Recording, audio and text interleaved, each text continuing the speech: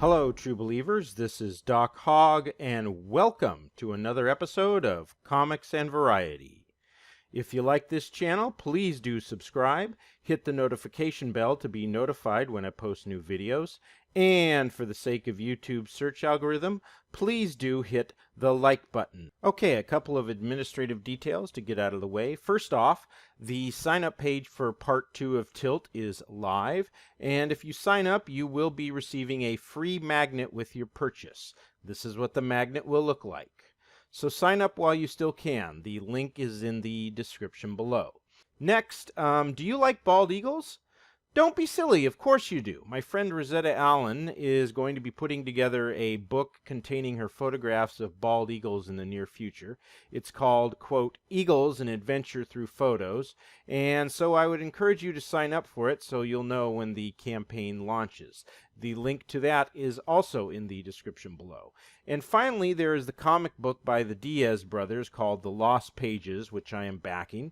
Philip Diaz was on this channel on Indie Comic Stream recently talking about it, and I'll explain why I'm backing it at the end of the video. Suffice to say for now, it promises to be a great comic book, and the link to its Indiegogo campaign is also in the description below.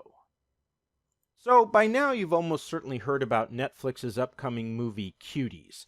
I'm not going to spend a bunch of time on it here. Deadwood Dale did an excellent video on this that I'd recommend. Again, a link to that is in the description below. What I want to address is how Netflix tried to apologize by saying they used an inappropriate photo to advertise this movie, an inappropriate photo that sexualized children. And yes, these girls are 11. Yes, they are children. But is it just that photo, or are there more inappropriate images in the trailer? Well, I grabbed a few screenshots from the trailer, and I think it is at the very least debatable whether those particular shots are appropriate. So, for example, here we have a young girl wearing leather pants with a bare midriff, and we see her shapely booty. And here's another shot of the same, but this time with the main character. And, oh yeah, just ignore this one of this shot of the main character. I'm sure that when this clip was included, it was just a coincidence that what we see is her bending over. Then we have the ones of them dressed in their skimpy dance outfits. Then a few screens later, they are bending over and we get to see down their tops. Now, we don't get to see everything, I imagine someone might say, but really, we shouldn't be seeing anything. They're children. Okay, enough of this garbage. Again, you can take a look at Deadwood Dale's video. The link to that is in the description below. And one of the reasons for that is I want to move on from Cuties to another age-inappropriate piece of entertainment that I came across recently. Marvel Comics has a video series on YouTube of its superhero characters called Cartoon Hooligans. And the other day I came across this one that involves Spiderman and Deadpool. So let's take a look. Spider-Man is having a tough time getting the webbing out of his web shooter, and to make it work, he does what can best be, well, just watch it for yourself. No! Why in the world does my web shooter keep failing on me these days? Oh, and the webbing doesn't look like a spider web so much as it looks like, rather sticky white stuff. But I'm sure that's just a coincidence. Spider-Man then gets the webbing on his crotch, and we then have a moment where you really need to be Sigmund Freud to figure out what is going on. Holy spider poop! I can't get this off me!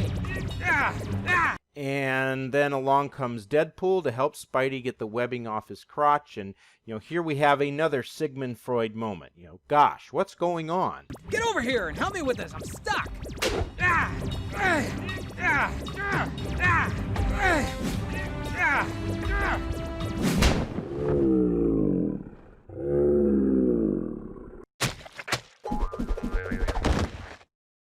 And then it comes to this part which is hard to understand, which is, why is Deadpool on his knees in the sticky stuff? And, what do you suppose that is implying? I sure wish Freud was alive to explain it to me. Now, in another context, I might actually find this to be funny, but the reason that I actually saw this is that my 4-year-old son was watching it. And of course, there I was, Mr. 13 IQ, watching it going, gee, maybe this is not age appropriate. Duh, I'm stupid. Now, we saw this on my YouTube channel, but I ran a search through my son's YouTube account that his mom set up, and yes, you can find cartoon hooligans on a child's account. Now, I bring this up because if you have ever created a video for YouTube, you know that you have to select whether your video is appropriate for kids.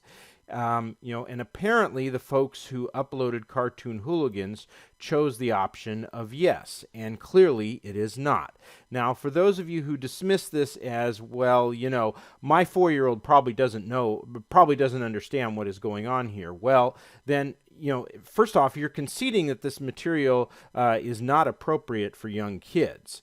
But the fact that he doesn't understand it, well, that's part of the problem. First, he may ask mommy or daddy about what's going on here, and parents shouldn't have to explain hand jobs and blow jobs to their young kids. You can either be honest and explain it, or, you put yourself in the position of having to lie to your kids and make something up, all right? Don't want to do either of those. Plus, kids do sometimes imitate what they see on the TV screen. I don't want to run the risk that my kid decides to imitate this out in public, and I suspect most parents wouldn't. And I'll end by saying that these cartoon characters are not Archer, they are not Rick and Morty. That is, they were not intended to be for adults only, they were always supposed to be for kids. And so, shame on you, cartoon hooligans, and shame on you, YouTube. Okay, now on to Lost Pages by the Diaz brothers. What do I like about this comic? Well, the better question is, what do I not like about it? That would be easier to answer. It looks to be so good. It is a collection of 4 stories: The Masquerade, The Wild Card, The Silhouette, and Crimstone. When Phil Diaz was on my live stream, his description of this just grabbed you, and it really held your interest. And also, look at the art. It is varied. It has lots of great detail. It's just wonderful. And best of all, they've set up a bunch of stretch goals, and 5 of those goals unlock additional stretch goals. And now they have all been unlocked. They've reached the goals that they need to. So if you back it, rest assured you'll get all of the additional stories. So it's kind of like 9 stories for the price of 4. It is now in demand, so get on it while you still can and back it. Okay, that's all for now. Until next time, have a very nice day. No. That's not what it looks like. We can explain. Please, it's not like that.